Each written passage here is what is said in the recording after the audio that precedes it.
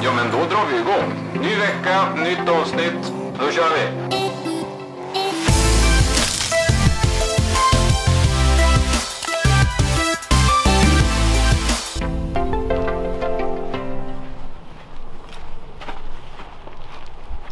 Tjena! Tjena! Douglas! Josef, trevligt. Mycket trevligt. Hör du, vad är det för någonting du ska visa oss? Jag ska visa en UAZ 452. En gammal sovjetisk pjäs från 1979.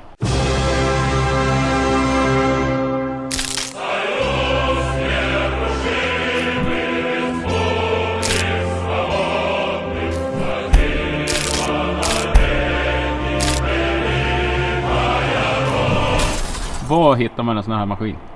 Ja, jag hittade min på Blocket faktiskt. Men annars är de är ovanliga i Sverige får man nog säga. Det finns några stycken men jag har inte sett någon live själv annat än den här. Och om man inte får några Sovjetländerna så finns de överallt. Och hur kommer det sig att man köper något sånt här? Det är någon sorts mental sjukdom antar jag. Det är inte en på något sätt egentligen bra bil att äga i Sverige sådär. Men ja, jag vet inte, den är rustik. Den är liksom rejäl, gedigen. Och den ser väldigt kul ut. Man får mycket kompisar när man åker runt i det. Och den ser väldigt speciell ut tycker jag. Ja, jo. Det är ju... Ja, det är en härlig färg. Ja, någon sorts militärgrön. Vad var den här används till då? Ja, de har egentligen använt den till allt man kan behöva. En fyrhjulsdriven, mindre lastbil eller persontransport i Sovjet. Så att bondgårdar, militären har haft den har gått som polisbil, terrängambulanser. Åker man runt i Mongoliet idag så är det fortfarande i stort sett det enda fyrhjuliga fordon man ser utöver lastbilar. För det är det enda som tar sig fram och är tillräckligt billigt för att man ska kunna ha råd att äga det där. Och hur har du fått tag på delar till sån här då? Det finns en hel del. Den tillverkas fortfarande, den ser likadan ut idag även om den har fått lite moderna bekvämligheter. Men, så det finns delar. Naturligtvis ingenting i Sverige. Eftersom den inte är såld i västvärlden så är det lite svårt att hitta på internet också om man inte kan ryska. Men kan man ryska så är det inga problem alls. Hur är dina ryska kunskaper? Nej, de är helt obefintliga. Det är ännu bättre ju. Ja, så hur gör du då om du ska köra sönder en drivaxel eller? Ja, det har inte hänt än. Nej.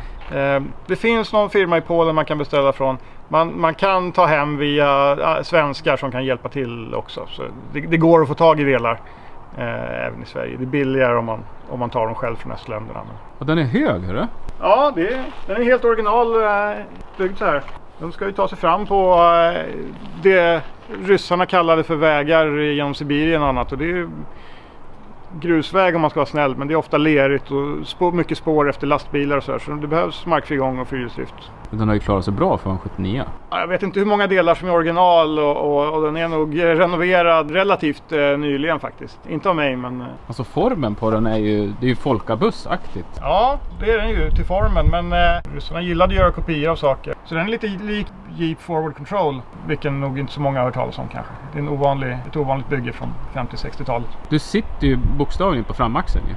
Ja, och det är ju ingen fördel för åkkomforten direkt. Man sitter och studsar på ett helt annat sätt än man gör i en vanlig bil. Men det är jättebra i terrängen. Man sitter nästan i ena hörnet. Man har full koll på allting. Man ser alla stenar jättebra. Så att, jag tycker det är suveränt i terrängen.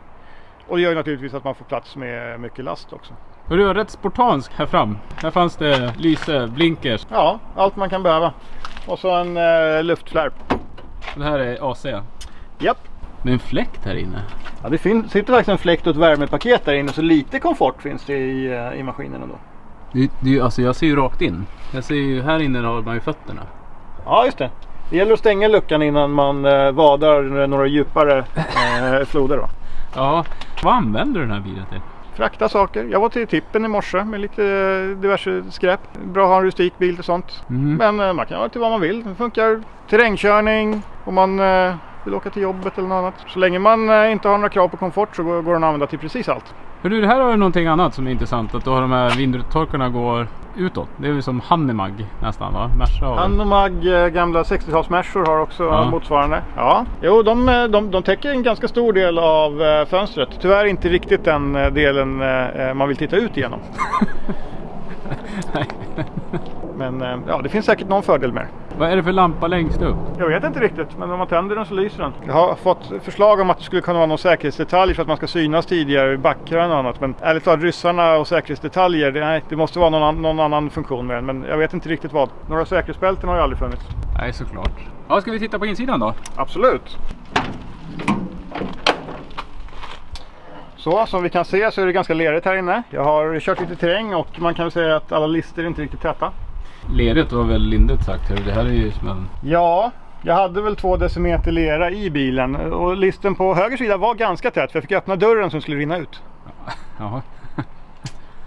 Men så är det med tuff terrängkörning. Ja, just det. Vad härliga stolar är det? De är fina, de är fullt justerbara, man kan ta ut dem. Vänta nu, vad gjorde du nu? Ja, fastsättningen av stolen är helt enkelt de här 2 hålen. Som man sätter i de 2 hakarna. Är det allt? Det är allt. Inga skruvar, ingenting. Men får man krocka då? Då flyger den... Ja, då följer stolen med en genom framrutan. Det är risksäkerhet. Och som sagt, det fanns inga säkerhetsbälten från början i den. Den togs inte i Sverige så har man eftermonterat. Men ja, har man inga säkerhetsbälten behöver man inte skruva fast stolen heller. Så, då ställer vi in stolen då. Ja, det gör vi. Vad är det här då? Är det tanklocket här på sidan? Ja, det här är det ena tanklocket. Det finns ett likadant på andra sidan. Det är 2 tankar så att... Vad jag förstår så häller man då bra bensin i den lilla tanken på vänster sida. Och bra bensin är ju då 72 oktan eller högre. Och sen i den högra tanken där häller man det man får tag på billigt. Eller om man inte finns bra bensin så då häller man det i den högra sidan. Så när motorn är ordentligt varm då slår man om och så kör man på höger tank istället. Då kan man köra på motorfotogen eller blandning av bensin och diesel eller lite... Ja, vad man får tag i. Det mesta som brinner någorlunda går att köra på om motorn är ordentligt varm bara. Vilket miljötänk är det? Ja, man får åtminstone man kan utnyttja alla sina oljeprodukter man har över. Så spillolja och sånt där, det kör man på? Typ. Vet inte exakt vad de hällde i, men det har nog testats med precis allt som kan tänkas brinna. Jag föredrar att inte renovera min motor så ofta så jag kör bensin i båda. Vad är det för dimension på det här? 215/90-15. Inget R innan 15, det är alltså diagonaldäck.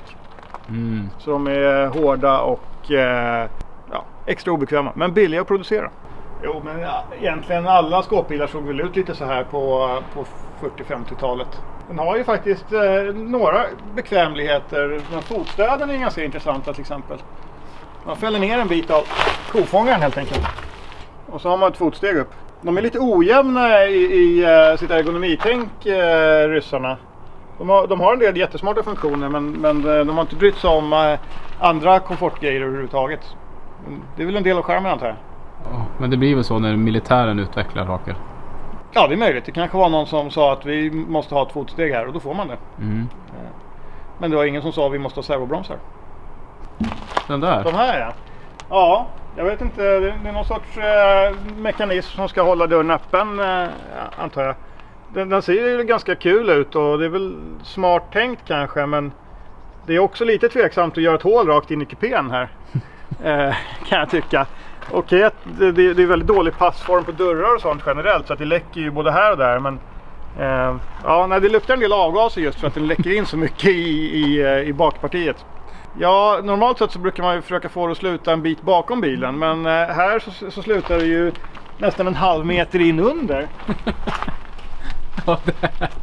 Och det gör ju då att man har ett stort moln med avgaser som kan hitta alla springor och ta sig in i kupén. Så att man får en speciell doft av att åka runt i den här bilen en dag. Men alltså det här avgasröret, det är nästan en halv meter kvar. Ja. Fördelen är ju att man inte mosar emot träd och stenar i terrängen. Men det var hög markfrigång på den? Ja, det här är ändå de civila axlarna. Det finns militäraxlar som har portalaxlar och därmed ännu högre markfrigång. Men det här kommer man väldigt långt med. Bladfjädring fram och bak då? Ja, det är ju mest stryktåligt.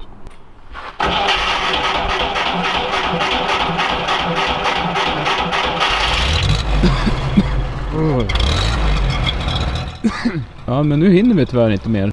Vi får ta resten av bilen i nästa avsnitt. Absolut. Men den är fyrväxlad eller? Ja, det är fyrväxlad. Det kräver en del träning innan man får i den växel man har tänkt. Så här sladdrig är den och det här är med växeln i. Nej.